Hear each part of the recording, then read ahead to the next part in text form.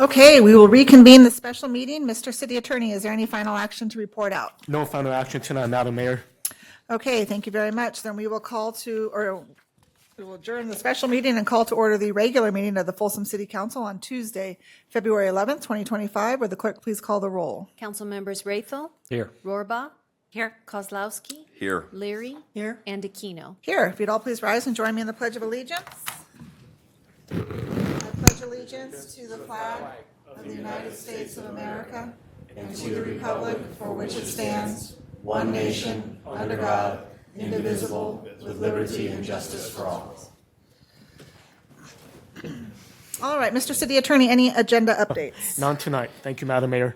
All right, that takes us to business from the floor. This is the public's opportunity to address the council on items that are not on the agenda, but please understand that we are not allowed to deliberate or take action on items that are not on the agenda. So, Madam City Clerk, do we have a few speakers? You have 2 requests to speak this evening under business from the floor. Your first speaker will be Ronald Carter, who will then be followed by Monica Merrill. So Ron, go ahead and come down. Good evening, welcome. Good evening, council and officer over here. 9 months.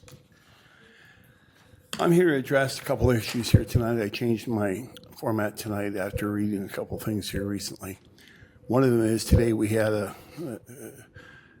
exposure from a pervert in the community. He's gone the short distance back here across Folsom. My concern is, what is the police department doing about, and it should be automatic without that happening, and I'm not saying there is or isn't, but what is the Folsom Police Department doing for the safety of the children? And I notice when I go through the school zones here, I had a guy pass me on Riley coming down the hill here, and he's coming up, I'm coming up. Just absolutely absurd. So I can tell that the traffic, hasn't been too well enforced.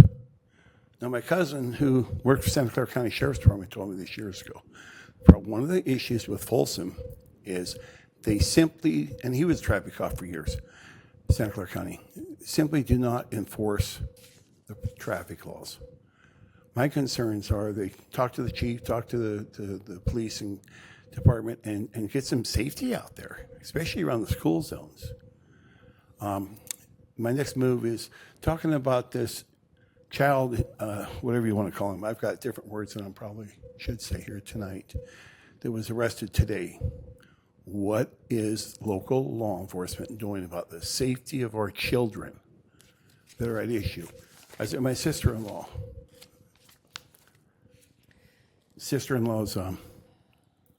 burial plot yesterday to bury her. She was a school teacher, by the way.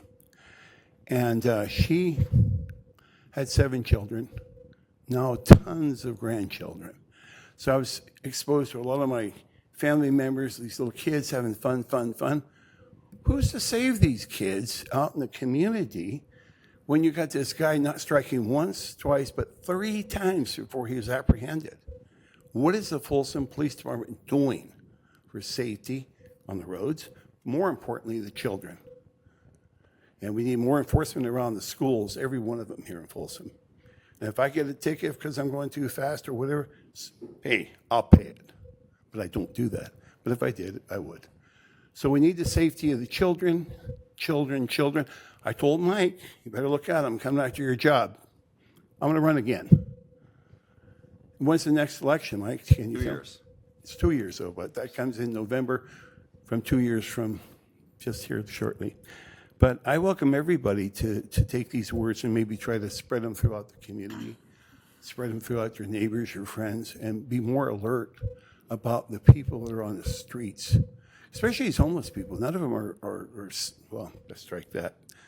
None of them are concerned to Thank you, mental Mr. Carter, health. for coming out. I'm happy to meet with you anytime if you want to contact me. Okay, well, lastly, I'd like to say one word. In the future, give me just about 20 seconds.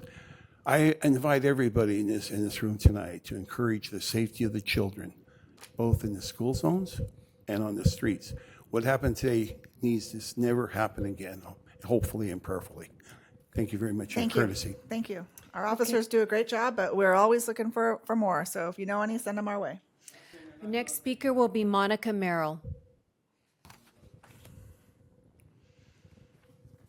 Welcome. Good evening. Pancakes. When I cook with eggs, I prefer to gather them from my yard than to drive to the store. Backyard eggs are large, colorful, and super fresh. Each egg has a protective barrier so they can last on the counter at room temperature for about 2 weeks. Backyard eggs are delicious, and when it comes to electricity and gas consumption, they are naturally green. I'm here because it's time to raise the backyard hen limit and update their backyard placement requirements. The city of Folsom currently allows no more than 2 backyard hens in residential zones. Raising the hen limit means enhancing food security and reducing vulnerability to fluctuations in egg availability and prices caused by commercial supply chain disruptions. Raising the hen limit empowers families to produce more eggs, thereby reducing reliance on commercial supply chains during uncertain times. Raising the hen limit to 6 will match the residential zone ordinances of neighboring communities such as Rancho Cordova, Placerville, and Davis. Citrus Heights allows 6 hens on residential lots smaller than 10,000 square feet and no limit for lots that are greater than 10,000 square feet. Keep in mind, backyard hens offer other benefits such as natural pest control and organic fertilizer, contributing to a healthier local ecosystem. Raising the hen limit sends a powerful positive message. Our community wants to foster self-sufficiency and supports sustainable practices. Now I'll address achievable humane placement in yards. The current requirement is 20 feet from property lines. Shade trees are typically found along yard perimeters, and chickens need shade to endure the summer heat. I therefore suggest we follow the example of the cities of Citrus Heights and Rancho Cordova. They require hens to be kept a minimum of 5 feet from property lines and a minimum of 20 feet from habitable structures on adjacent properties. In memory of the 20 million hens who died last quarter in the United States, I urge you to consider the positive impact raising the hen limit will have on our Folsom families. Thank you for your time and your consideration. Thank you very much for coming out. Okay, you have no further requests to speak under business from the floor. All right, call the first item, please. Next item this evening is your consent calendar. Anybody have an item they'd like to pull? And I don't believe we have any requests to speak on any of these items, so I'll entertain a motion to approve the consent calendar. I will, so moved. Second. We have a motion and a second. Please call the roll. Council members Raythel? Yes. Rohrbaugh? Yes. Kozlowski? Yes. Leary? Yes. And Aquino. Yes. Next item, please. Okay, your new business item this evening is item number 5. This is resolution number 11327, a resolution adopting the 2024 local road safety plan. Good evening, Mr. Bosch. Good evening. Mark, did you want to say anything? No? Well, Okay. you beat me to it. Well, thank you for clearing the agenda for this important item. This is fantastic. Again, my name is Zach Bosch, Public Works, Senior Civil Engineer. And thank you for your time on this issue tonight. Tonight, I'm here to present Folsom's local road safety plan. This is the second iteration of this plan. Previously completed addition was done in 2021, so this is an update to that document. This is a data-driven effort focusing on critical objectives, which is reducing the number of severe and fatal injuries on our roadways. The Local Road Safety Plan, commonly known as the LRSP, is designed to identify traffic safety emphasis areas and improvement strategies based on crash data analytics and community input. The report centers on the following elements: crash trends to understand where and why collisions occur, high risk and high crash locations, emphasis areas where targeted improvements can have the greatest impact, countermeasure toolbox to guide safety interventions, an implementation strategy to ensure that recommendations translate into meaningful roadway improvements. And it's also important to set clear expectations early that this is not a broad traffic study addressing general speeding complaints or cut-through traffic or minor traffic issues. While those topics are valid, the LRSP is specifically focused on addressing the most severe crash patterns in the city of Folsom. The goal is to use this data to guide targeted safety investments where they will have the greatest impact on saving lives and preventing serious injuries. So this means prioritizing high-speed crash locations, vulnerable road users such as pedestrians and cyclists, and intersections or corridors with history of severe collisions. And so while this plan may not address every traffic-related complaint that we receive, it provides a structured and proactive approach to making Folsom's roads safer for everyone. So I'm sure you're all familiar with that distinction, but I think it's important as we go through this discussion to have that purpose laid out clearly for specifically the LRSP, that we are focusing on severe and fatal crash reduction strategies.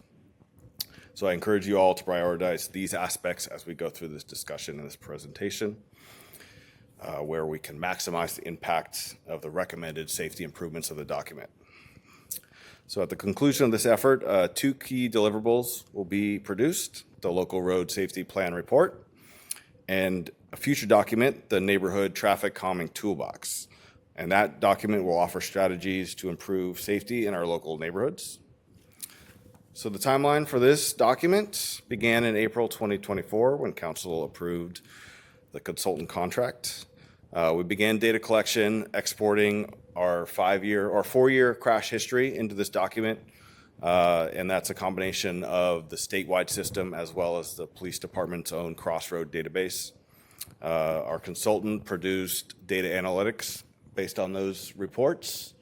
We presented those findings to the Traffic Safety Committee in June of 2024 with preliminary findings and helped guide the document towards strategizing the projects that represent the best focus of our time and attention. Public outreach was a big component of this. We had 2 public outreach events, both at our Folsom Farmer Market, where people were able to fill out cards and offer up their suggestions for traffic safety related issues. And we also had a website built for public engagement for people that were not able to participate in person. And so we've garnered quite a number of feedbacks from that.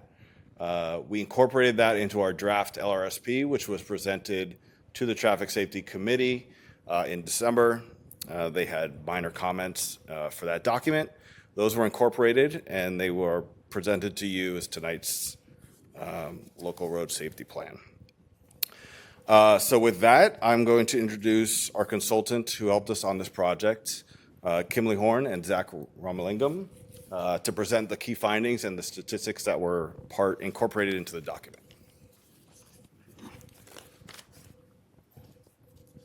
Hello, welcome. Hi, thank you. Well, thank you, Zach, for the introduction. My name is also Zach, and I work for Kimberly Horn. So I'd be happy to take you through some slides today to provide an overview of the crash data that we reviewed. So this slide here presents crash data from 2015 through 2023. The previous LRSP reviewed crash data from 2015 through 2019. This update to the LRSP looked at crash data from 2020 through 2023. So looking at these year-to-year trends, you can see that the number of annual crashes decreased from 2015 through 2018. There was a slight uptick in 2019. In 2020, there was a significant reduction in the number of crashes, and that number of annual crashes has trended upward since then.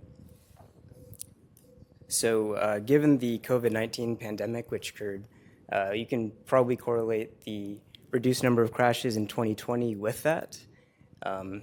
And as volumes returned to pre-pandemic levels following the pandemic, with more people returning to work in person, it also makes sense to see that the collision rates were also increasing with roadway volumes. Now, as Zach mentioned, for this project, there is a focus on those fatal and severe injury crashes and in preventing them. So this slide presents the annual number of fatal and severe injury crashes that occurred in each year. From 2015 through 2018, there's some variation and some increases and decreases year to year. In 2019, there were the most to date that far. You can see that there's more than a 50% reduction in 2020, and then the annual number of fatal and severe injury crashes has increased since then. A few crash trends that we believe are relevant to this. Crashes related to unsafe speeds were more prevalent in 2023, as were crashes related to pedestrian violations. On the following slide, I have a bit more information about the most common crash types. So this map here presents crash data from 2020 through 2023. The most common primary collision factors that we saw in the data were unsafe speed, violations related to traffic signals and signs, and then driving under the influence. I'll note that with unsafe speed, that doesn't necessarily mean speeding, but it does mean that individuals are operating their vehicles at speeds that are unsafe for current conditions, either due to roadway conditions or to construction or congestion. And then with the most common crash types, those were rear ends, broadsides, and hit object. Broadsides, you can think of those as a T-bone crash, and hit object, those typically involve one vehicle.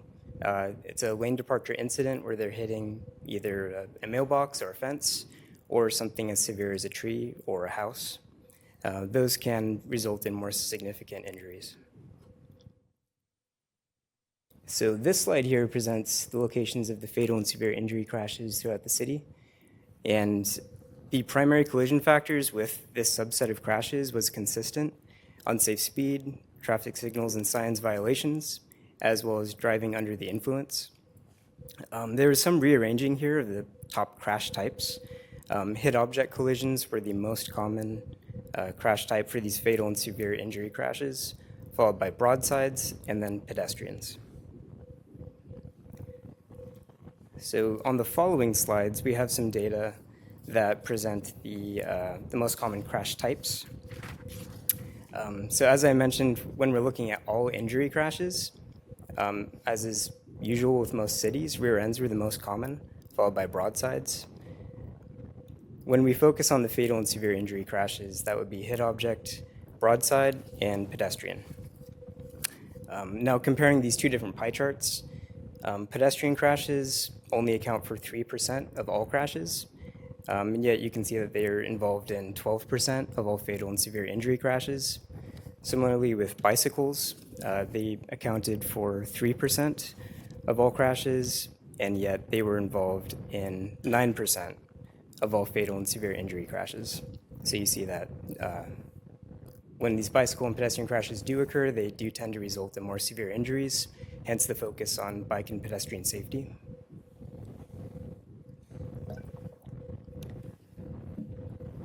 All right, so as Zach mentioned, there was a significant amount of public outreach that occurred in conjunction with this project.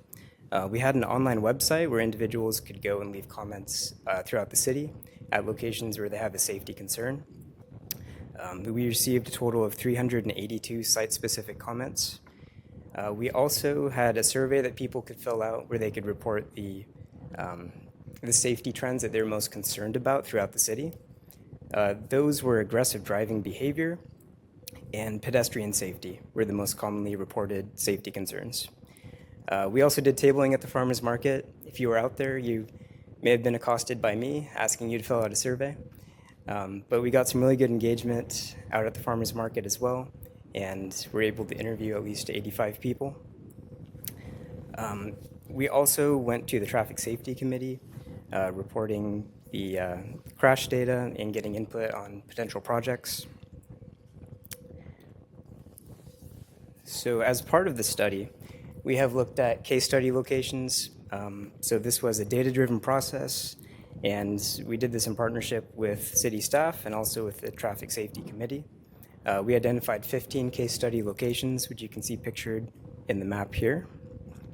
Consistent with the goals and objectives of the study, these locations were identified with a focus on those fatal and severe injury crashes and also crash frequency, looking at vulnerable road users, and other crash trends. So these locations represent good candidates for locations for potential safety improvements in grant applications. But with the LRSP report, there's a larger countermeasure toolbox that the city can use to implement safety improvements elsewhere, not just at these locations. So with that, I'll hand it back to Mr. Bosch, who can speak to next steps. Thank you. So next steps, we are recommending adoption of the 2024 Local Road Safety Plan. This will make us eligible to submit grant applications for the HSIP program, the Highway Safety Improvement Program.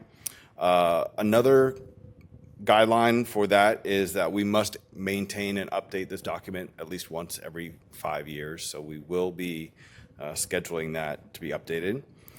And then with direction from City Council, City staff will actively pursue funding opportunities to enhance safety for all road users. The LRSP identifies multiple state and federal funding opportunities that are competitive that can help accelerate the implementation of these safety improvements throughout the city. We will also evaluate whether some of these projects that were identified in these case study locations can be incorporated into our capital improvement program, our annual maintenance programs, or any other programs that we have that can accelerate the installation of these improvements. With that concludes our presentation, and we'd be happy to answer any questions you have. Any questions for Zach Bosch or Zach from Kimley Horn? Councilmember Leary? Yeah, I just have a question on when you might be prioritizing the steps to take first and seek funding for. I think there were recommendations in the document, but are those set in stone at this point, or are those something that you'll be continuing to evaluate? We do evaluate once a program is eligible for submittal. The Notice of Funding Opportunity, the NOFO, is released. We evaluate all the available projects we have in this document and whether they would be good candidates for those grant applications. If they are eligible and good candidate applications, we would seek recommendations from the City Council to submit on behalf of the city in hopes that we would garner support and win that grant application. Thank you. And then my other question was, I'm interested also in the neighborhood traffic calming toolbox, and I'm wondering when that might be coming forward. Yeah, so that's the next phase of this consultant contract that we have. We did want to prioritize this document because there was a short fuse to get this adopted and eligible for the HSIP funds, but we will be engaging with the consultant to produce that document pretty soon. So sometime within this year? This year, this calendar year. I'm just looking for Certainly. a ballpark answer. Yeah, 6 months, I would say, Okay. ballpark. Thank you. You're welcome. Councilmember Warbaugh, any questions? Vice Mayor Raethel? Councilmember Kozlowski? Before or after the roundabouts?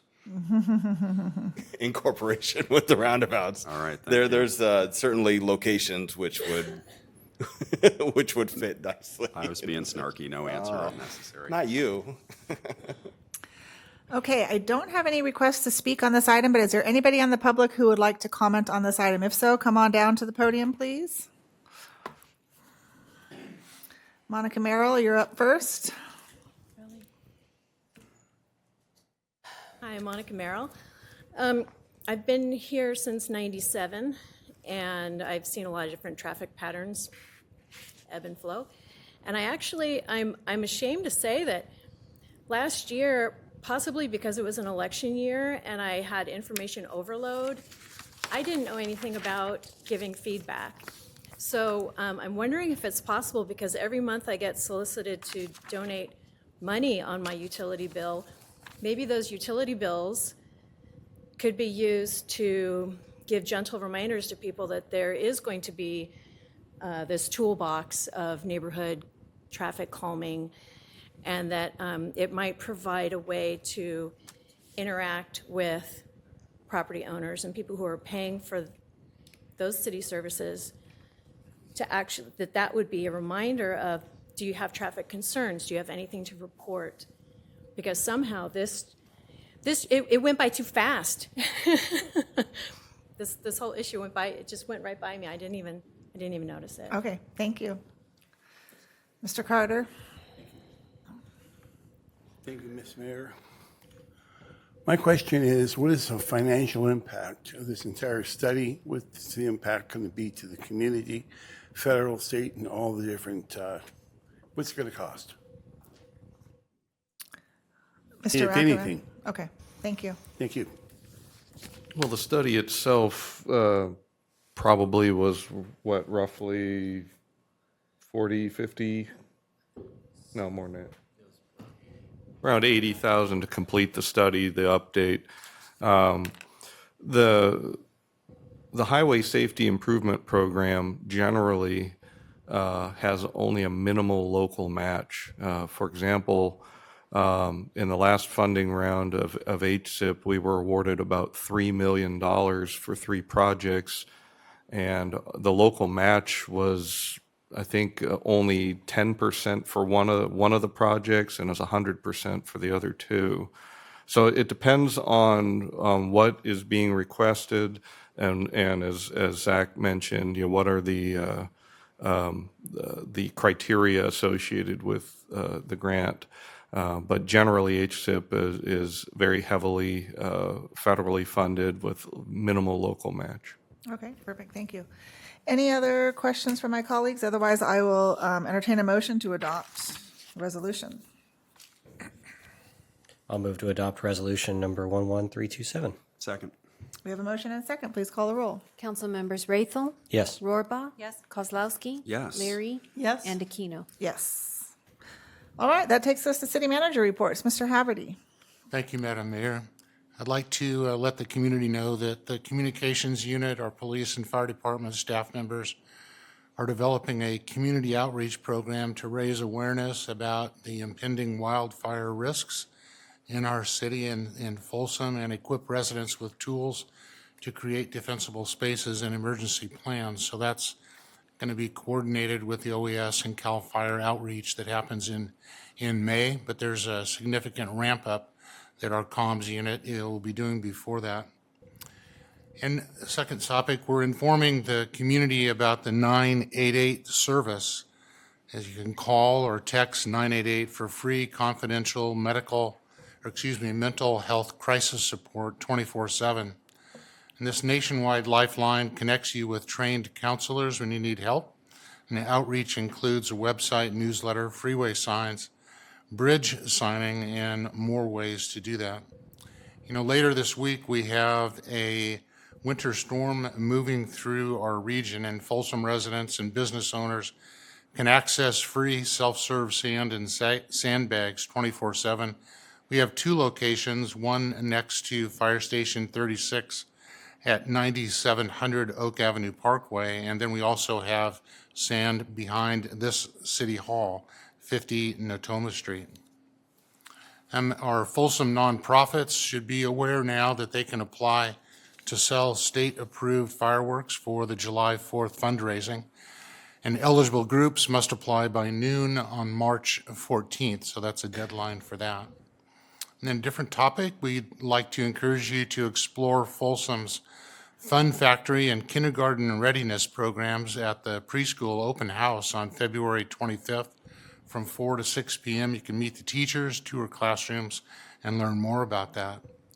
Then I'd like to welcome 4 new employees to the City of Folsom, Hannah Perez and Matthew Treefree for the Parks and Recreation Department, and Brendan Wetclow for Solid Waste, and Drew Romo as a new police officer pre-service for our police department. And we have some milestone anniversaries, 4 of them I'd like to recognize. Amy Vandermolen in the zoo has reached her 30-year mark with the city. She should be congratulated.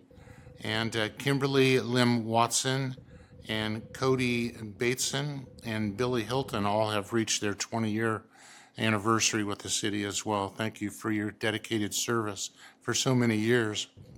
And we have congratulations are in order for 5 of our Folsom firefighters Through their hard work and dedication to the craft, these individuals have earned new roles. We have Assistant Chief Matt Blake, Captain Stephen Anderson, Captain Matt McCarthy, Engineer Tyler Smith, and Engineer Scott Vasquez.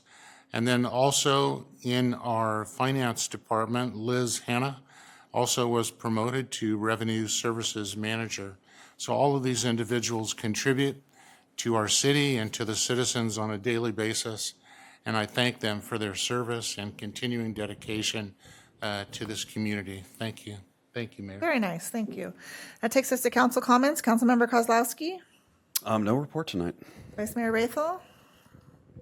Can't wait to tell the chickens that somebody finally came to council to advocate on their behalf. They'll be very excited this evening. No further comments. Councilmember Rohrbaugh. Yeah, SAC-RT met yesterday. As I shared with them, this was my second meeting on the regional board, as I shared with them. Mike, thank you for your service the last few years on that, and didn't know a lot of emails came with that position as well, but I actually have enjoyed You're welcome. responding and getting to know some of our neighbors that really use, or some of our Folsom residents that use SAC-RT. With RT in general, the things that I think that we value most are safety, cleanliness, and predictability.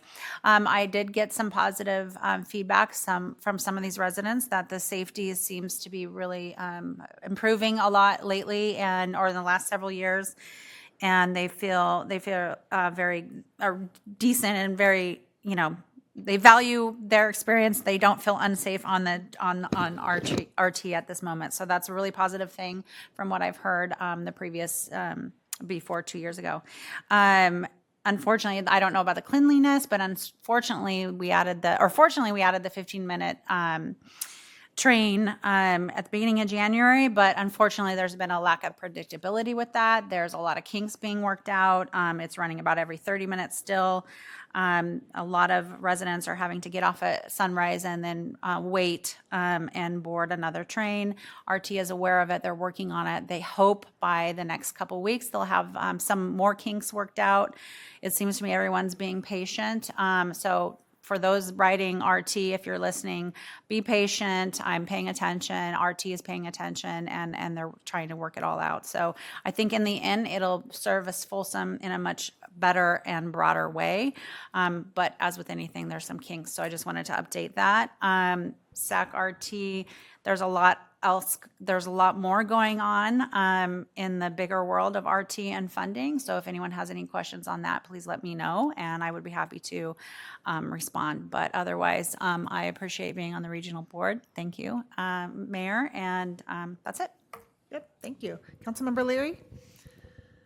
Since Councilmember Rohr brought up the light rail, I'd like to point out that Mayor Aquino and I spent couple hours on Sunday during the Super Bowl cleaning up the trash left along the light rail line from Highway 50 down to at least the outlets. So I think that's a productive thing, and I'd love to see some of our community members adopt a roadway and help us do some of this cleanup that is unfortunately necessary on a regular basis. I appreciate the information on the chickens. My daughter and her husband raise chickens in Sacramento and have plenty of eggs to give away. And I'd be interested in looking into making some of those changes as well. And perhaps we can discuss that with appropriate staff. I think it'd be a great educational program for the zoo, too. So thank you for bringing that to us. And I hope everybody has a happy Valentine's Day at the end of the week. Thanks. All right, very good. And I have no report, so we will adjourn at 7:04 p.m. Thank you, everyone.